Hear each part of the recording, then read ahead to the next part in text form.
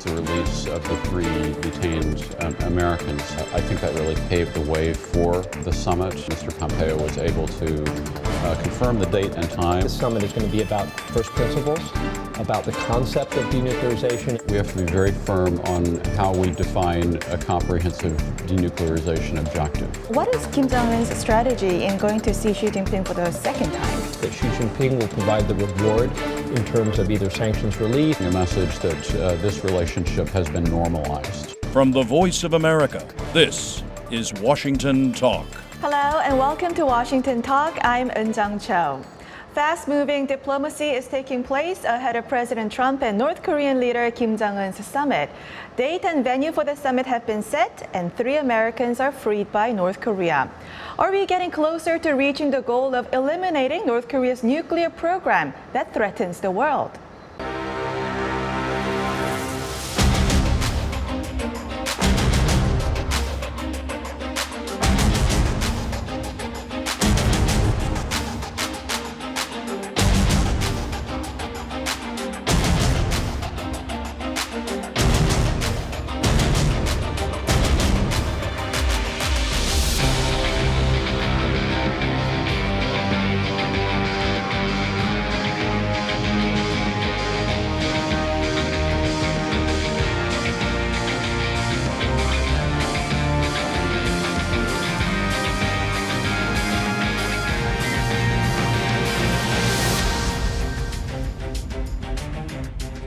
My guest today, Mr. Scott Snyder, Director of U.S.-Korea Policy Program at the Council on Foreign Relations. Mr. Snyder worked as an Asia specialist in many think tanks for more than 20 years.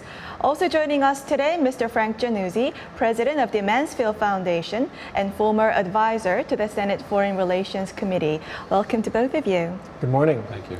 Morning. Scott, let me begin with you.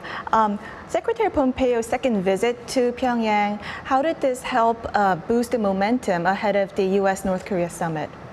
Well, there are a couple of things I think that were accomplished by that visit. First of all, and most importantly, I think, was the release of the 3 detained Americans who had been held in Pyongyang. I think that really paved the way for the summit, but also it sounds like Mr. Pompeo was able to confirm the date and time, and we hope also discuss some of the parameters for a framework and strategy that could be discussed at the summit meeting itself. How did you see about the second trip to Pyongyang? Well, I think it shows that the pace of coordination and planning for the summit is accelerating. It sounds also as if Pompeo was able perhaps to agree the agenda for the first day of talks, maybe just a loose agenda in terms of the different topics that need to be covered over the course of the day. They've made reference to the possibility of a second day of summitry. I think it will be fascinating to see whether or not that materializes. It'll depend a lot on how much they can accomplish on day one. I think that Scott's right. By releasing the 3 Americans, the North Koreans have essentially cleared out the underbrush that would have been an obstacle to a successful summit.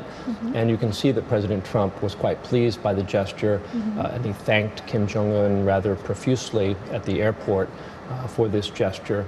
I think that goes a long way toward establishing goodwill and a spirit of constructive dialogue in advance of the summit. Speaking about the 3 detainees, Scott, were they used as bargaining chips by North Korea?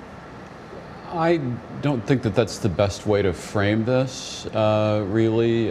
Certainly it was necessary for their release to occur in order to imagine that a summit could go forward. I know that some people have looked at the way that North Koreans have handled American detainees as using them for political advantage. But the main thing, I think, especially for the families, is that they are safe and at home. I think Scott's right. I mean, look, it's good that these 3 Americans are home, safe. They weren't arrested as bargaining chips, but once they were in detention, their release becomes a political issue. It's not a legal issue. There was never a trial or even charges brought against one of the Americans.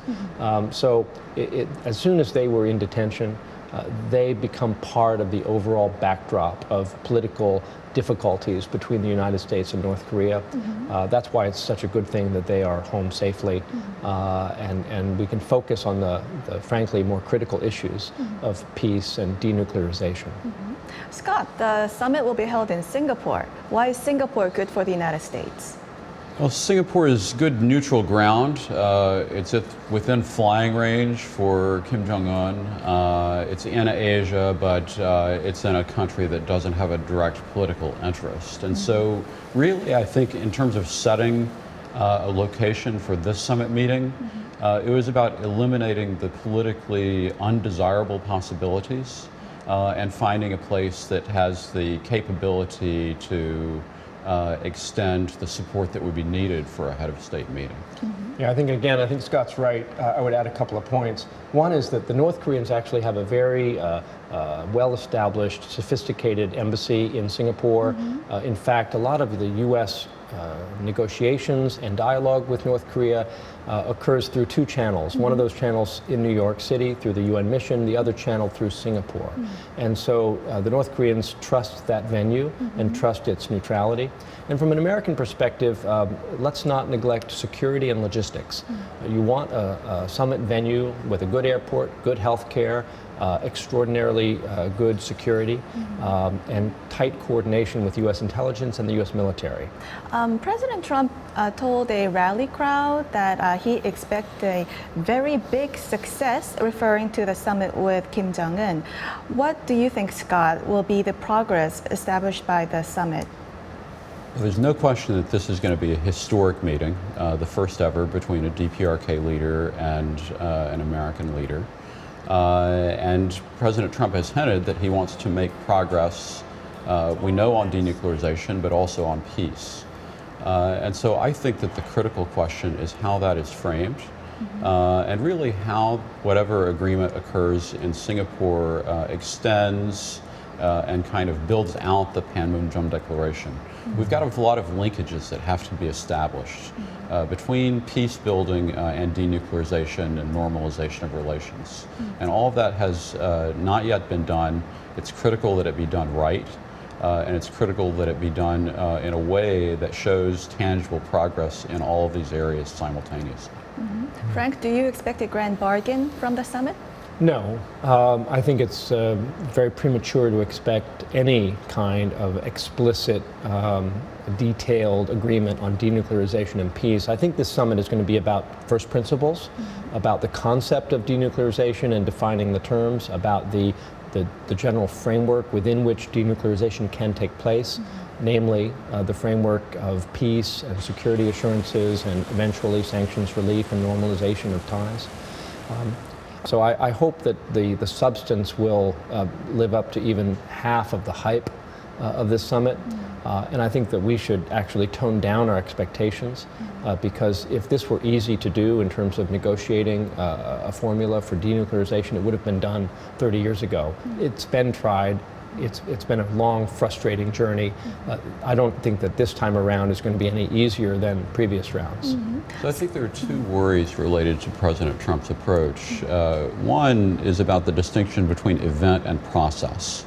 And he seems to be prepping for a big event, but this denuclearization process is something that is going to take a while.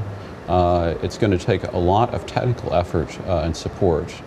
And then I think the other issue is really about the vertical connection between President Trump at the top level and the bureaucratic process that is going to have to support any implementation of an improvement in the relations between the United States and North Korea.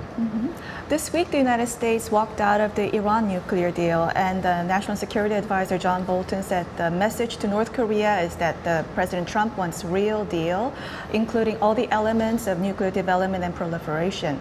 Is the message getting through to North Korea, Frank, do you think? Well, we'll know soon. I think that the North Koreans consider their situation to be unique in all the world, so they may not draw any special lessons from what happens in Iran. I was reminded of assurances by John Bolton and others in the lead up to the Iraq War back in 2003 that North Korea would surely learn a lesson from the Iraq War and would therefore come to the table with a very contrite attitude and eager to get back into the agreed framework. And of course, North Korea did the opposite. I think that North Korea may learn lessons from Iran's case, but it may not be the lessons we want. And it may be the lesson in this case that the United States cannot be relied upon to fulfill the terms of a deal, even when the other country, in this case Iran, is complying with the terms of the deal. Scott, do you agree that credibility is on the line? Well, credibility is on the line, but I think the way the Trump administration is approaching it actually turns the issue of credibility on its head in a way. Because actually by pulling out of the Iran deal and saying that it's not good enough, it means that Trump has to do even better with North Korea. And so we'll have to wait and see, but you know, the bar for North Korea and a deal with North Korea has definitely gone up. And then if they can get it, they can come back and say, well, see, we're better at negotiating nuclear deals and we want Iran to do something similar. But the likelihood that North Korea is going to cooperate in that way is probably pretty low. Frank, even though President Trump will be meeting with Kim Jong-un, can we see this meeting as an equal footing engagement? I mean, the two countries' stature on world stage are incomparable. You're right, Yun Chung. And one of the great risks of a summit meeting like this without lots of preparation is that essentially we may be giving to Kim Jong-un that thing which he most craves from day one, which is the international legitimacy and respect and equality on the world stage with a U.S. president. I'm less worried, as some people are, that somehow the U.S. will be recognizing North Korea as a nuclear state simply by sitting down to talk to Kim Jong-un. I don't think there's any worry about that. The United States is going into this summit with the express purpose of bringing North Korea back into the NPT and having them denuclearized. So I'm not worried about conveying legitimate nuclear status to the North Koreans. Scott, before we go, what principles should the United States hold firmly in future negotiations with North Korea that threatens the world with its WMD? Well, the critical issue is that we have to be very firm on how we define a comprehensive denuclearization objective. Because the last thing we want is for North Korea finally to get out of the penalty box with the Nuclear Non-Proliferation Treaty and force its way back onto the playing field as a nuclear state. All right, that's all the time we have for this conversation, and we'll move on to our next segment.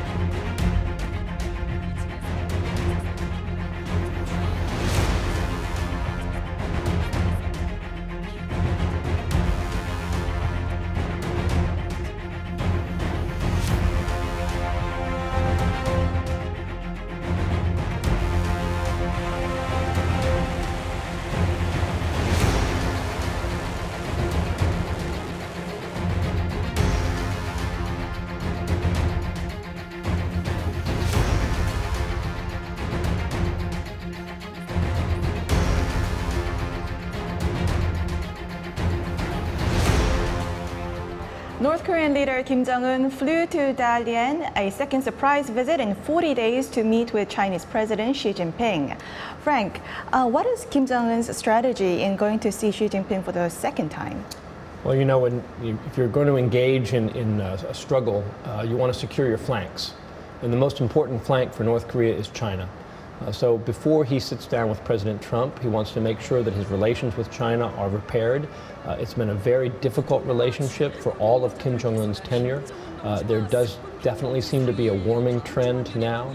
I think Kim Jong-un is hoping that if he makes progress with Trump, that Xi Jinping will provide the reward in terms of either sanctions relief or at least a loosening of some of the enforcement of the existing sanctions. But I also think this is about Xi Jinping himself wanting to remain relevant and central to the peace process on the Korean Peninsula.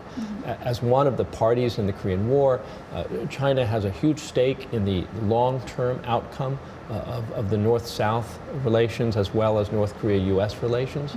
And China doesn't want to be marginalized. So both Xi Jinping and Kim Jong-un have a reason for improving their coordination. Scott, how did Kim Jong-un's visit boost China's standing in the diplomacy around Korean Peninsula? It's definitely sent the signal that China is not going to be ignored or neglected as part of a diplomatic resolution between the two Koreas. I agree with Frank about preparing for the U.S. summit because it's interesting that Kim Jong-un brought his Americas team with him to Dalian. But also, I think that as we go forward, China is going to continue to be an integral part of this kind of summit diplomacy related to North Korea. So, Frank, is China expanding its presence? Is this a help or a stumbling block for the U.S. in dealing with North Korea? Well, China has always been an essential ingredient to any successful effort by the United States to engage North Korea. Because if China doesn't support the pressure tactics in the UN, then we don't have leverage. And if China doesn't support any ultimate agreement between the US and North Korea, then frankly, that agreement will probably fall apart. So I think Trump is trying to strike the right balance here between engaging the Chinese and being on the phone with Xi Jinping regularly versus outsourcing the job of North Korea policy to Beijing. Because that's an outcome I think that the U.S. would want to avoid, because China's long-term interests in the peninsula do not align nicely with U.S. long-term interests. So I think that Trump is trying to strike the right balance here. We'll see how it unfolds. I think the most critical next step will be as the North Korea-U.S. bilateral channel expands and becomes perhaps trilateral with the addition of South Korea, and then quadrilateral with the addition of China. And you begin to have in earnest talks about a peace regime for the peninsula. Scott, Frank just mentioned about the long-term interest, and what do you think is China's agenda on North Korea? When China looks at the Korean Peninsula, they think about the United States geopolitically. And so I think that the critical message is that China is a player that has vital interests on the Korean Peninsula. It's prepared to use its influence in order to try to secure those interests. And even if we think that a road has opened up to Pyongyang through Seoul, it's also going to involve a stop in Beijing. Scott, what did you think about the optics of the second visit by Kim Jong-un? The two leaders were strolling down the beach. They were drinking tea on the outside. They were projecting a message that this relationship has been normalized and that it's back to the old days. I don't want to call it lips and teeth, but definitely there's a little brotherly relationship there, big brother, little brother relationship that is kind of being recreated pictorially for international viewers. We'll end this conversation here and move on to our next segment. Now, time for the photo moment, a time to look at an interesting North Korea picture. Today, we have a picture taken during Chairman Kim Jong-un's visit to Dalian, China. Mr. Kim is looking at his grandfather Kim Il-sung's picture on the wall of Bang Choi-dao Guest House. Bang Choi-dao Guest House is where his grandfather Kim Il-sung met with Chinese leader Deng Xiaoping in 1983.